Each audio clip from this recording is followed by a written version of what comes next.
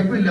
കൈയെഴുവാൻ സമയത്താണ് ഒരു തെങ്ങിൽ നിന്ന് ഒരു ഓല ആട്ടമെന്ന് വരുന്ന വഴിക്ക് രണ്ടായിട്ട് ഒടിഞ്ഞ് അതിന്റെ വലിയ ഭാഗം എന്റെ ഈ കണ്ണിന്റെ ഇവിടെ വീട്ടിൽ കൊണ്ടുവന്നു.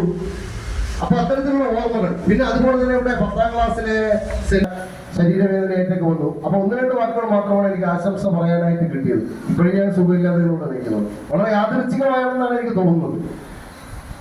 അപ്പൊ ഞാൻ പറഞ്ഞു വന്ന അത്തരത്തിലുള്ള ഒരു കെയറും സ്നേഹവും ഇവിടുത്തെ എല്ലാ വിദ്യാർത്ഥികൾക്കും ഇവിടുത്തെ പ്രധാനപ്പെട്ട അധ്യാപകരായാലും മറ്റ് പഠിപ്പിക്കുന്ന അധ്യാപകരായാലും നൽകിയിരുന്നു.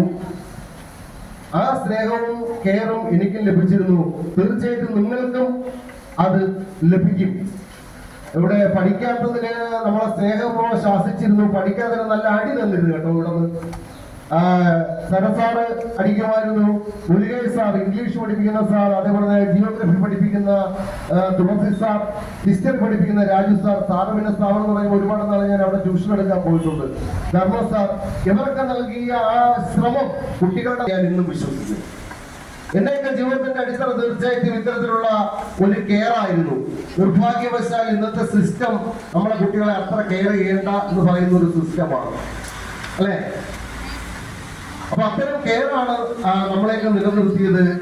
ഞാൻ 1ാം ക്ലാസ്സിൽ പഠിക്കുന്നതിന് മുമ്പ് തന്നെ പഠിച്ച സമയത്ത് UKG-യിലൊക്കെ പഠിക്കുന്ന സമയത്തായാലും ട്യൂഷൻ ആയാലും ട്യൂട്ടോറിയൽ ഉള്ള ക്ലാസ്സുകളായാലും കോളേജിലായാലും കലാപരമായി എന്നെ എന്തെങ്കിലും പഠിപ്പിച്ചിട്ടുള്ള അധ്യാപകരായാലും ഇന്നും എന്റെ ജീവിതത്തിലുടനീളം എന്റെ എല്ലാ അധ്യാപകരുമായിട്ട് ഞാൻ സ്നേഹവും ആത്മബന്ധവും പുലർത്തുന്നു. എന്റെ ജീവിതത്തിലെ ഏറ്റവും വലിയ ഭാഗ്യം അധ്യാപകരുടെ സ്നേഹവും ഗുരു കടാക്ഷവും ലഭിച്ചു എന്നുള്ളതാണ്.